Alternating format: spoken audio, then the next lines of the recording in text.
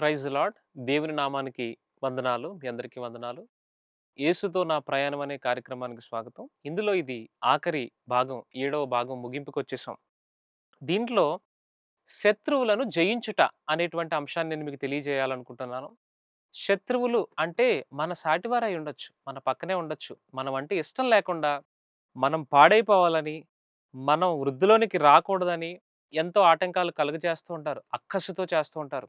వాళ్ళని మనం జయించాలంటే కొన్ని సందర్భాల్లో ఓర్చుకోవాలి. కొన్ని సందర్భాల్లో మౌనంతో సమాధానం చెప్పాలి. సో, అలాంటి వారిని మనం జయిస్తాం. అలాంటి శత్రువులు కొంతమంది మన జీవితంలో ఉంటారు. కొంతమంది వ్యతిరేకమైనటువంటి వ్యక్తులుంటారు. మనం మంచి చేసినా ఇష్టపడనటువంటి వ్యక్తులుంటారు. అలాంటి వ్యక్తుల్ని మనం ఏం చేయాలి అంటే ప్రేమించాలి. ఇది కష్టం. కానీ బైబిల్‌లో చెప్పబడింది గదా! శత్రువుని మొదట ప్రేమించని జెప్తాడు దేవుడు. అసలు చాలా ఆశ్చర్యంగా ఉంటది. It's very difficult to follow that. అలా శత్రువుని ప్రేమించినప్పుడు శత్రువుని మనం గెలుస్తాం. సో, అలా వాళ్ళని దూషించడం గాని, వాళ్ళ మీద మరలా మనం చెడ్డ మాటలు చెప్పడం గాని, వాళ్ళని అసహించుకోవడం గాని కొన్ని సార్లు చేయకూడదు. ఒకవేళ వారిని మనల్ని బాధ కలిగిస్తే వాళ్ళకి దూరంగా ఉండాలి. కొన్ని సార్లు నా జీవితంలో కొంతమంది ఎదురయ్యారు. వాళ్ళెంతో బాధను కలిగించారు. ఎంతో నొప్పిని కలిగించారు. ఎంతో దుర్మార్గంగా ప్రవర్తించారు. ఎంతో కుయుక్తితో మోసం చేయాలనుకున్నారు. వాళ్ళందరికీ నేనేం చెప్పలేదు. మౌనంగా దూరం అయిపోయానంతే. ఒక్కసారిగా దూరం అయిపోయాను. వాళ్ళ యొక్క చెడు బుద్ధి, దుష్ట స్వభావానికి సమాధానం చెప్పలేదు. దూరం అయిపోయాను. సైలెంట్‌గా మౌనంగా ఉండిపోయాను. ఎందుకంటే దేవుని కృప వాళ్ళలో కూడా ఉన్నటువంటి దేవుడే మనలో కూడా ఉన్నాడు. కాబట్టి వాళ్ళని కొన్ని సార్లు అవాయిడ్ చేయడం మంచిదనిపించింది. నా నేచర్ ప్రకారం I don't fight much. So, అలా నేను వాళ్ళకి దూరంగా వచ్చేసాను. తర్వాత శత్రువులను అలా జయించేసాం అయిపోయింది. శత్రువులు ఎవరు లేరు. నేను పర్ఫెక్ట్ మనం అనుకుంటాం. రెండో శత్రువు ఉన్నాడు. రెండో శత్రువు ఎవరంటే నువ్వే. రెండో శత్రువు ఎవరంటే మీరే. ఎందుకంటే ప్రతి మనిషిలోనూ ఒక శత్రువు ఉంటాడు. మనలో ఉన్నటువంటి ఒక తప్పుడు మనిషి ఉంటాడు. వాళ్ళని మనం ఎదుర్కోగలగాలి. అలా నా జీవితంలో శత్రువు ఎవరంటే నేనే. నా జీవితంలో నా కళ్ళు చెప్తాయి. ఒక మంచి వాక్యాన్ని చదవమని చెప్తాయి. అదే కళ్ళు ఒక సినిమాను చూడమని చెప్తాయి. చేతులు ఒకరిని కొట్టమని చెప్తాయి. అవే చేతులు ఒకరికి సహాయం చేయమని చెప్తాయి. కాళ్ళు తప్పుడు మార్గం వైపు నడవమని చెప్తాయి. అవే కాళ్ళు దేవుని మందిరానికి వెళ్లి ఆయనతో సహవాసం చేయమని చెప్తాయి. ఈ కాళ్ళు మన మాట వినాలి. ఈ చేతులు మన మాట వినాలి. ఈ కళ్ళు మన మాట వినాలి. అలా ఈ అవయవాలన్నిట్లికి మనం నాయకుడిగా ఉండాలి. We have to be leader of our own body. కాబట్టి ఈ శరీరాన్ని మనం జయించాలి. శరీరం ఎప్పుడు నెగెటివ్‌గా చేస్తూ ఉంటది. ఆత్మ ఎప్పుడు మంచి చెప్తూ ఉంటది. కనుక ఈ శరీరాన్ని మనం జయిస్తూ ఉండాలి. అనుదినము జయిస్తూ ఉండాలి. ఇల్లు ఎప్పుడు తుడుచుకుంటామండి? ప్రతిరోజు ఇల్లు తుడుచుకుంటాం. ప్రతిరోజు బ్రష్ చేస్తాం. ప్రతిరోజు భోజనం చేస్తాం. అలాగే మనలో ఉన్నటువంటి శత్రువుని ప్రతిరోజు గెలవాలి. వాడిని అణచాలి. శరీరము ఆత్మకును, ఆత్మ శరీరమునకు విరుద్ధముగా ఉన్నవని ఉంటది వాక్యంలో. అంటే ఈ రెండిటికి పొంతనుండదు. కానీ ఆ 2 కలిపే పెట్టాడు. శరీర సంబంధమైనది ఆదాము నుంచొచ్చింది. మొదటి ఆదాము నుంచి. ఆత్మ సంబంధమైనది కడపటి ఆదాము నుంచొచ్చింది. వాక్యం తెలిసిన వారికి ఇది అర్థమవుతది. మొదటి ఆదాము శరీర సంబంధమైన మానవుడైతే, కడపటి ఆదాము యేసయ్య. ఈ మొదటి ఆదాము మనలో ఉన్నాడు. ఈ శరీర సంబంధం ఇది మొదటి ఆదాము నుంచొచ్చింది. మరి కడపటి ఆదాము నుంచొచ్చినది ఈ లోపలుంటది. ఈ రెండిటికి పొంతనుండదమాట. ఈ రెండిటికి ఒక వ్యతిరేకమైనటువంటి భావజాలం ఉంటది. కాబట్టి మనలో ఉన్నటువంటి శత్రువును మనం గెలవాలి. ఎప్పుడు ఆత్మ మాట వినాలి. శరీరాన్ని కొన్నిసార్లు లొంగదీయాలి. ఒక నిద్రకి ఆహ్, మనం వచ్చిన మనం ఆహారం విషయంలో మనం పడిపోతున్న వాటిని మనం కంట్రోల్ చేయగలగాలి. ఆ విధమైనటువంటి శక్తి యేసయ్య ఆత్మ ద్వారా మనకు దయచేస్తాడు. తర్వాత ప్రభువు నాకివిచ్చారు. ఈ చెప్పిన ఆశీర్వాదాలు భూలోకంగా నాకు ప్రభు ఒక స్థలాన్నిచ్చారు. ప్రభు మరలా నాకు కావాల్సిన వెహికల్స్ ఇచ్చారు. నేనేవైతే కొనుక్కోవాలనుకున్నానో వాటిని కొనుక్కోవడానికి ఇచ్చారు. ప్రభు కొంత బ్యాంక్ బ్యాలెన్స్ ఇచ్చారు. ఇవన్నీ ఇచ్చారు. ఇవన్నీ ఇచ్చిన తర్వాత ఇప్పుడు మీకిక్కడ వాచ్ ఉంది. ఈ కళ్ళజోడు ఉంది. ఇవన్నీ వస్తువులు. Material blessing is different. Spiritual blessing is different. ఒకరి దగ్గరికొచ్చి ప్రభు నేను నీకు 10,00,000 ఇస్తున్నానని చెప్పాడనుకోండి. ఆ 10,00,000 క్యాష్ కనిపిస్తది. ఇంకొక వ్యక్తి దగ్గరికొచ్చి నేను నీకు ప్రేమనిస్తున్నానని చెప్పాడనుకోండి. అది ప్రేమ కనిపించదు. అంటే బయటికి ఇలా తీసి ఇలా బాక్స్‌లో పెట్టి ఇలా చేతిలో ఇవ్వడానికి కుదరదు. కొన్ని ఆశీర్వాదాలు కొంతమందికి మెటీరియల్ బ్లెస్సింగ్స్ అంటారు. వస్తువుల రూపంగా వచ్చేటువంటి ఆశీర్వాదాలు. అది మానవుడికి కొంత అవసరమే. మానవుడు ఆశిస్తాడు ఖచ్చితంగా. మెటీరియల్ బ్లెస్సింగ్‌ని మాత్రమే తీసుకొని, స్పిరిచ్యువల్ బ్లెస్సింగ్‌ని తీసుకోనటువంటి వాళ్ళు మూర్ఖులే అని అనాలి. ఎందుకంటే spiritual blessings are very, very, very, very, very important. ఆత్మ సంబంధమైనటువంటి ఆశీర్వాదాలు చాలా అవసరం. అవి కనిపించవు. కంటికి కనిపించవు. అవి ఎవరు దొంగిలించలేరు. కనుక ప్రభువుని ఎప్పుడు "ప్రభువా మా అమ్మాయి పెళ్ళవ్వాలి. ప్రభువా నాకు డబ్బులు కావాలి. ప్రభువా బంగారం కొనుక్కోవాలి. నేను బంగారం చేయించుకోవాలి. ప్రభువా నాకు కారు కావాలి. ప్రభువా నాకు బండి కావాలి. ప్రభువా నాకు ఇల్లు కావాలి. ప్రభువా నాకు ఉద్యోగం కావాలి. ప్రభువా నాకు కాలేజీలో కట్టడానికి ఫీజు కావాలి." ఇవన్నీ మెటీరియల్స్. బట్ వీటన్నిట్లి కంటే స్పిరిచ్యువల్‌గా ప్రభువిచ్చేటువంటి ఆత్మ సంబంధమైనటువంటివి అడగాలి. అవి ఇతరులకు కనిపించవు. తప్పేం లేదు. అవి కనిపించకపోయినా పర్వాలేదు. దానివల్ల ఏమవుతుందంటే మన యొక్క ఇన్నర్ ఎప్పుడు స్ట్రాంగ్‌గా బిల్డ్ అవుతూ ఉంటది. సో, అలాంటి ఆత్మ సంబంధమైనటువంటి విషయాలు మనం అడగాలి. అలా అడిగినప్పుడు ఆత్మ సంబంధమైన ఆస్తి మనకొస్తది. ఆత్మ సంబంధమైనటువంటి రాజ్యంలో మనకు కావాల్సినటువంటి ప్రభువు ఇక్కడే మనకు కొన్ని ఆయన దయచేస్తారు. వీటన్నిట్లికంటే ముఖ్యంగా మరి ఇప్పుడు ప్రభువుని నమ్ముకున్నాను. మారుమనస్సు పొందాను. బాప్తిసం తీసుకున్నాను. పరిశుద్ధాత్మను పొందుకున్నాను.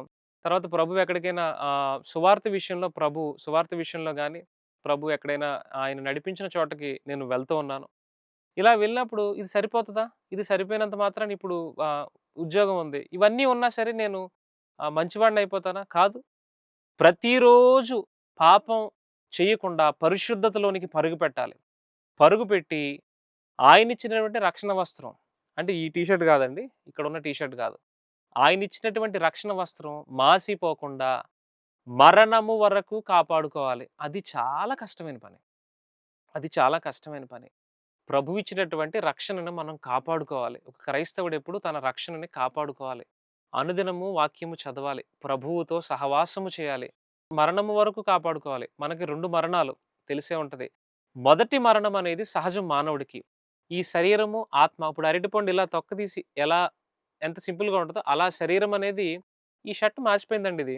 ఇది మాసిపోయింది. ఇది మాసిపోయినప్పుడు ఏం చేస్తాను? దీన్ని తీసివేసి నీట్‌గా ఉన్నది ఇంకొకటి యేసుకుంటాను యాక్చువల్‌గా. అది జనరల్‌గా జరిగేది.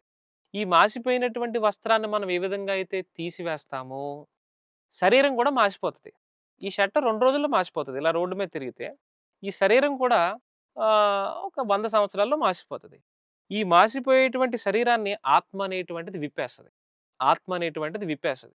విప్పేసిన తర్వాత ఆత్మ ప్రభువు దగ్గరికెళ్ళిపోతది. ఇంకొకటి ఆత్మ మరలా కుక్కయ్యి, మేకయ్యి, నక్కయ్యి, పందయ్యి పుట్టదు. ఒకవేళ మా పూర్వీకులు ఎవరైనా ఉంటే ఒకవేళ వాళ్ళు చికెనై పుట్టారనుకోండి మరలా. చికెనై పుడితే మళ్ళీ వాళ్ళు ఏదో కూరగినలోకెళ్ళిపోతారు. అంటే మన పూర్వీకులు ఎవరైనా ఒకవేళ ఏ చికెనో, మటనో పుట్టారనుకోండి, వాళ్ళు మళ్ళా కూరగినకెళ్ళిపోతాడు. దేవుడు జంతువులకి, పక్షులకి ఆయన ఆత్మను ఇవ్వలేదు. శరీరాన్ని, ప్రాణాన్ని ఇచ్చాడు. శరీరాన్ని, ప్రాణాన్ని ఇచ్చాడు. మనుష్యులకి శరీరమును, ప్రాణమును, ఆత్మను ఇచ్చాడు. ఈ కాంబినేషన్. ఈ ప్రాణం ఎప్పుడైతే పంచభూతాల్లో కలిసిపోతదో, ఈ ఆత్మ అనేది ప్రభువు దగ్గరికి వెళ్ళిపోతది. మానవుడికి మాత్రమే ఆయన ఆత్మనిచ్చాడు. ఒకవేళ కోడికి గాని, మేకకి గాని ఒకవేళ దేవుడు ఆత్మనిచ్చుంటే, అవన్నీ మీ ఇంటికొచ్చేస్తాయి రాత్రులు. అవన్నీ దెయ్యాలైపోయి మీ ఇంటి చుట్టూ తిరుగుతాయన్నమాట ఒక ఆత్మల్లాగా. నన్ను తినేసావు రాత్రని. కాబట్టి ప్రభువు మానవుడికి ఇచ్చినటువంటిది ఆత్మ. అది ఎలా వచ్చింది? మరి ఆయన ఒక్కసారి ఆత్మను మానవుడికి ఎలా ఇచ్చాడంటే, దేవుడైన యెహోవా నరుని నాసికారంధ్రములో జీవవాయువును ఊదగా నరుడు జీవాత్మ ఆయననుంటది. అంటే ఆయన నాసికారంధ్రంలో నరుని యొక్క నాసికారంధ్రంలో ఒక్కసారి ఊదాడండి జీవవాయువు అంతే. నరుడు జీవాత్మాయుడు. మరి ఎక్కడి నుంచి ఊదాడు? ఆయన నోటి ద్వారా ఊదాడు. మరలా తిరిగి ఎక్కడికెళ్ళిపోద్ది? ఆయన దగ్గరికే వెళ్ళిపోతది. కాబట్టి ఆయన దగ్గరికి మరలా ప్రయాణించే సమయంలో అది పరిశుద్ధంగా ఉండాలి. ఈ శరీరం అనేది మట్టి నుంచి మన్నైనది మరలా మన్నైపోవునని ఉంటది ప్రసంగిలో ఎక్లీజియాస్టిక్స్. అయితే ఆత్మ దాన్ని ఇచ్చినటువంటి వాని దగ్గరికెళ్ళిపోతది. అయితే ప్రభువు దగ్గరికి మన ఆత్మ చేర్చబడాలి. అగ్నిగుండంలో పడకుండా, నరకములోనికి వెళ్ళకుండా ప్రభువుతో ఉండాలి. శరీరానికి 100 సంవత్సరాలే. ఆత్మకి మరణం లేదు. ఆత్మ అనేది రేపు అయిపోతది. ఎక్స్‌పైరీ అనేది లేదు దానికి. It's infinite. ఇన్‌ఫైనైట్ అంటే ఇంకా అనంతం. చాలా మందికి ఇన్‌ఫైనైట్ అంటే ఆశ్చర్యం కలుగుద్ది. ఇప్పుడు మ్యాథమెటిక్స్ వాళ్ళకి ఒక ఇన్‌ఫైనైట్ చెప్తాను. 1కి 10కి మధ్యలో నంబర్స్ ఎన్నండి? 2, 3, 4, 5, 6, 7, 8, 9. 1కి 5కి మధ్యలో 2, 3, 4. 1కి 2 మధ్యలో ఏమీ లేవనంటారు. ఒకవేళ మనం లెక్కేస్తే 0.1, 0.2, 0.3 అలా మళ్ళీ 1.0 దాకా. మరలా 1కి 0.1కి 0.2కి చూసుకోండి. 0.01, 0.02, 0.03. మరలా 0.1కి 0.001కి చూస్తే 0.0001, 0.0002 అలా వెళ్తే 2 సంఖ్యల మధ్య డిస్టెన్సే ఇన్‌ఫైనైట్. 2 సంఖ్యల మధ్య 2 the distance between 2 numbers is infinite. అలాగే మనం బైబిల్ చదివేటప్పుడు ఆదికాండం చదివేశాను, నిర్గమకాండంలోకొచ్చేసాను, నిర్గమ అయిపోయింది తర్వాతొచ్చా. అసలు అందులో ఉన్న డెప్త్ అర్థం చేసుకోవడం మానవుడికి అసాధ్యం. అంత డిఫికల్ట్. ఒక్కొక్క భక్తుడికి ఒక్కొక్క విధంగా అర్థమవుతది. సో, అట్టి రీతిగా ప్రభువు నడిపిస్తాడు. కాబట్టి మనం ప్రభువు దగ్గరికి చేర్చబడాలి. యేసయ్య ప్రేమను మనం తెలుసుకోగలగాలి. ఆయనను సొంత రక్షకుడిగా అంగీకరించగలగాలి. మరణము వరకు మన యొక్క రక్షణ వస్త్రాన్ని మనం కాపాడుకోగలగాలి.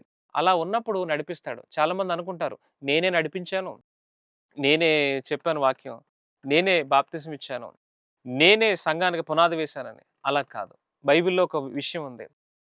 చిన్నప్పటి నుంచి స్కూల్‌లో టీచర్స్ గాని, సువార్త చెప్పిన వాళ్ళు గాని, 1997లో నాన్నమ్మ అంటే గ్రేట్ గ్రాండ్ మదర్ ముత్తాతమ్మ ప్రార్థన గాని, 2000లో మా అమ్మమ్మ చేసిన ప్రార్థన గాని, బర్నబాస్ అయ్య గారు మా పాస్టర్ గారు, ఆయన మా సంఘ స్థాపకులు, హెడ్, ఆయన చేసినటువంటి ప్రార్థన గాని, పరిమళ గ్రేస్ గారి ప్రార్థన గాని, వారి కుటుంబం, అహరోన్ గారి ప్రార్థన గాని, రక్షణానందం గారి ప్రార్థన గాని, ఇలా అనేకుల ప్రార్థనలు. వీళ్ళందరూ చేసినటువంటి ప్రార్థనలు నా జీవితంలో ఉపయోగపడ్డాయి. వాళ్ళందరిలో మరి ఎవరు ఎక్కువ అంటే అందరూ సమానమే. మరి ఎవరు తక్కువ అంటే ఎవ్వరు తక్కువ కాదు. అలా ప్రభువు ఒక ఆత్మ సంబంధమైన మొక్క అలా ఎదిగేటప్పుడు ఒక్కొక్కరిని ఒక్కొక్క సమయంలో పంపిస్తారు. ఒక్కొక్క సమయంలో రెజిమోన్ గారనే పాస్టర్ గారొచ్చారు. సో, అలా ఒక్కొక్క సమయంలో ఒక్కొక్కరిని పంపిస్తారు. అలా పంపించి నడిపిస్తారు. అది ఎలా జరుగుద్ది? నేనే అని అనిపించుకోకుండా ఎలా జరుగుద్దంటే దానికొక విషయాన్ని తెలియచేయాలనుకుంటున్నాను. అది కొరింథీయులకు రాసినటువంటి పత్రిక 3వ అధ్యాయం 6వ వచనం. తెలుగు బైబిల్‌లో 147 పేజీ అండి. నేను నాటితిని, అపొల్లో నీళ్లు పోసెను, వృద్ధి కలుగజేసిన వాడు దేవుడే. అంటే మన జీవితంలో ఒకరొచ్చి నాటుతారు. కొంతమందొచ్చి నీళ్లు పోస్తారు. నీళ్లు పోస్తారు. కానీ వృద్ధి ఎవరు కలుగజేస్తారో? దేవుడు. అది గుర్తించాలి. కాబట్టి మన జీవితంలో మనం ఎదిగేటువంటి ఆత్మీయ ఎదుగుదలకు కారణము ఒకే ఒక్క వ్యక్తి దేవుడు. ఆయనకిచ్చేటువంటి మహిమ మానవులెవ్వరూ తీసుకోవడానికి సరిపోరు. కానీ ఆయన కొంతమంది పరిశుద్ధుల్ని ప్రేరేపించి, ఆయన కొంతమంది ద్వారా ఆయన తన పనిని జరిగించుకుంటారు. కాబట్టి ఎల్లప్పుడూ దేవుని బిడ్డలైనటువంటి మనము, క్రైస్తవులుగా పిలువబడేటువంటి వ్యక్తులందరూ ఏం చేయాలంటే, రక్షణ వస్త్రాన్ని కాపాడుకోవాలి. మరణము వరకు రక్షణ వస్త్రాన్ని కాపాడుకోవాలి. ఎంతో ఓపికతో, ఎంతో ఓర్పుతో ఈ 7 ఎపిసోడ్‌లు విన్నారు. ఈ 7 ఎపిసోడ్‌లలో నేను చేసింది ఏమీ లేదు. నాకు తెలిసి I am a very big zero. కానీ ఈ 850,00,00,000 మందిలో నాది ఒక చిన్న కథ. నా కథను మీరు విన్నారు కదా! నా యొక్క జీవితం యేసుతో నా ప్రయాణాన్ని మీరు విన్నారు కదా! నా జీవితంలో ఇంటర్మీడియేట్‌తో ఆపేసేటువంటి పరిస్థితులు, చిన్నప్పుడు బాగా స్టార్టింగ్‌లో ధనమున్న, మధ్యలో పేదరికం, మరలా ప్రభువు నడిపించారు. తర్వాత ప్రభువు అనేక కష్టాల గుండా తీసుకెళ్లారు. ఎన్నో అనుభవాలు, ఎన్నో అనుభవాలు. ఈ అనుభవాల గుండా అన్నీ నడిపించి మరలా ప్రభు విజయంలోనికి మరలా నడిపించారు. భవిష్యత్తులో మరలా కష్టాలొస్తాయా? వస్తాయి. వస్తే మరేం చేయాలి? తట్టుకోవాలి, నిలబడాలి. కష్టాలొస్తే మనం నిలబడాలి, ఓర్చుకోవాలి. ఈ భవిష్యత్తులో రాబోయే కష్టాలకి నేనైతే స్వాగతం. ఎందుకంటే నాకు అలవాటయిపోయింది. కాబట్టి ఈ ఈ 850,00,00,000 మందిలో ఒక్క చిన్న సాక్ష్యాన్ని ప్రభువు ఇలా నడిపించారు. అలా మీలో ఎంతో మందికి మంచి సాక్ష్యాలు, గొప్ప గొప్ప సాక్ష్యాలుంటాయి. ప్రభువుతో ఎన్నో మంచి అనుభవాలుంటాయి. ఆ అనుభవాలన్నీ మనం పరిశుద్ధతతో ఇతరులతో పంచుకున్నప్పుడు అది ఇతరులకి బ్లెస్సింగ్‌గా అవుతాం. మనమందరము ఇతరులకు ఆశీర్వాదకరంగా మార్చబడాలి. ఇతరులకి ఉపయోగకరంగా ఉండాలి. మనకు ఆశీర్వాదం కాదు. మనమంతా ఇతరులకు ఆశీర్వాదంగా మారిపోవాలి. అటు రీతిగా మనమందరం ఉండాలని, ఈ సాక్ష్యంలో ఒకవేళ ఏదైనా పొరపాట్లు గాని, తప్పులు గాని ఉంటే ప్రభువు క్షమించును గాక. మంచి విషయాలన్నీ ఆయన మీ హృదయంలో భద్రపరిచి దీవించును గాక. Thank you. Praise the Lord. God bless you. మన మూడవ శత్రువు, మొదటి శత్రువు మన యొక్క చుట్టుపక్కల ఉన్నటువంటి మనుషులుగా ఉన్న వాళ్ళైతే, రెండవ అతి ప్రధానమైన శత్రువు మనమే. ఎందుకంటే మనలో ఉన్నటువంటి వ్యక్తిగత అపరాధములు, శరీర సంబంధమైన బలహీనతల వల్ల మనం గెలవలేకపోతున్నాం. ఇది ఆత్మ సంబంధమైన శత్రువు. ఇది మనకు కంటికి కనిపించదు. కానీ ఈ శత్రువుని మనం అనుదినము గుర్తించాలి. బైబిల్లో ఈ విధంగా రాయబడి ఉన్నది. మూడవ శత్రువు, ఇది చాలా ముఖ్యమైనది. ఇది కనిపించదు. ఏలయనగా మనము పోరాడునది శరీరులతో కాదు గాని ప్రధానులతోనూ, అధికారులతోనూ, ప్రస్తుత అంధకార సంబంధులకు లోకనాథులతోనూ, ఆకాశ మండలమందున్న దురాత్మల సమూహములతోనూ పోరాడుచున్నామని ఎఫెసీయులకు రాసిన పత్రికలో ప్రభువారు తెలియచేశారు. కనుక ఎల్లప్పుడూ పోరాడేటువంటి వ్యక్తులుగా మనం ఉండాలి. ఆ చీకటిని జయించాలంటే వెలుగై ఉన్నటువంటి యేసయ్య మన పక్షాన ఉన్నప్పుడు మనం వీటన్నిటి మీద విజయాన్ని పొందుకోగలుగుతాం. ప్రార్థన. యేసయ్యా, నీకు వందనాలు ప్రభువా, నీకు స్తోత్రాలు. ఆశ్చర్యకరమైన దేవా, నీకు వందనాలు. భూమిని ఆకాశాన్ని నీవు చేశావు. శూన్యములో ఈ భూమిని వేలాడదీశావు. నరుణ్ణి నీవు తయారు చేశావు. నరుడు ఏ పాటివాడు నాయనా? నరపుత్రుడు ఏ పాటివాడు నువ్వు దర్శించటానికి? కనుక అలాంటి మమ్ములను నీవెంతగానో ప్రేమించి ఈ లోకానికి 2024 సంవత్సరాల క్రితం వచ్చావు. మానవులందరి కొరకు, మానవులందరి పాపముల కొరకు నీవు వెల చెల్లించావు. యేసయ్యా, నీకు వందనాలు. మోజేసైన నా కొరకు కూడా నీవు చనిపోయావు. నా పాపముల నిమిత్తం నువ్వు చనిపోయావు. నీవే లోకరక్షకుడువు. నీ ద్వారా తప్ప నేనే మార్గమును, నేనే సత్యమును, నేనే జీవమును, నా ద్వారా తప్ప తండ్రి యొద్దకు ఎవ్వడునూ రాలేడని చెప్పావు. నీతిమంతులు పోవు మార్గము ఇరుకని నీవు చెప్పావు ప్రభువా. నీకు వందనాలు. ప్రతి బిడ్డ నిన్ను ఎరుగునట్లు, నీ ప్రేమను తెలుసుకున్నట్లు సహాయం చేయండి. చీకటిలో ఉన్నటువంటి మమ్ములను వెలుగులోనికి నీవు తీసుకుని వచ్చావు. ఇంకా ఎంతోమంది చీకటిలో ఉన్నారు, ఎంతోమంది పాపములో ఉన్నారు, వ్యభిచారంలో ఉన్నారు, త్రాగుడులో ఉన్నారు, మద్యపానాశక్తులై ఉన్నారు, అనేక రకముల పాపములలో ఉన్నారు. వారందరినీ మీరు విడిపించండి ప్రభువా. వారందరిలో మార్పు రావాలి. వారు పాపమును విడిచిపెట్టాలి. పాపమునకు దూరముగా పారిపోవాలి. నీ ప్రేమే మమ్మల్ని ఆకర్షిస్తుంది. నీ ప్రేమే మమ్మల్ని ముందుకు నడిపిస్తుంది. నీ ప్రేమలో మమ్మల్ని మరింత ముందుకు నడిపించండి. ఈ సాక్ష్యాన్ని విన్న ప్రతి బిడ్డను మీరు జ్ఞాపకము చేసుకునండి. వారిలో నీ ప్రేమను మరింత ప్రవహించనీయండి. నీ ప్రేమ ఎంతో బలమైనది, ఎంతో గొప్పది. నీ ప్రేమ డంబముగా ప్రవర్తించదు. నీ ప్రేమ అమర్యాదగా నడవదు. నీ ప్రేమ ఉప్పొంగదు. నీ ప్రేమ అన్నిటినీ తాలుకుంటుంది. నీ ప్రేమ ఎంతో గొప్పది ప్రభువా. అట్టి ప్రేమ మా అందరిలో దయచేయండి. క్రీస్తు ప్రేమ మాలో ఉండాలి. అట్టి ప్రేమను మాలో ఉంచండి. మా జీవితాలు అనేక ఒడిదుడుకులు ఎదుర్కొన్నప్పటికీ శక్తివంతంగా మేము ముందుకు వెళ్ళాలి. నీ ప్రేమను బట్టే కదా మేము నడవగలం. యేసయ్యా, అటు రీతిగా మమ్మల్ని నడిపించండి. సాతాను వాడి బంధకాల నుంచి మమ్మల్ని విడిపించండి. మరింత శక్తివంతంగా నడిపించమని, అనేకులకు ఆశీర్వాదకరముగా ప్రతి బిడ్డని ఉంచమని, ఇది విన్న ప్రతి బిడ్డని ఆశీర్వాదకరంగా మార్చమని, వారిని ఇతరులకు సహాయపడే బిడ్డలుగా ఉంచమని ఈ చిన్ని ప్రార్థన యేసు పాదముల చెంత పెట్టి వేడుకొనుచున్నాము తండ్రి. Amen, amen, amen.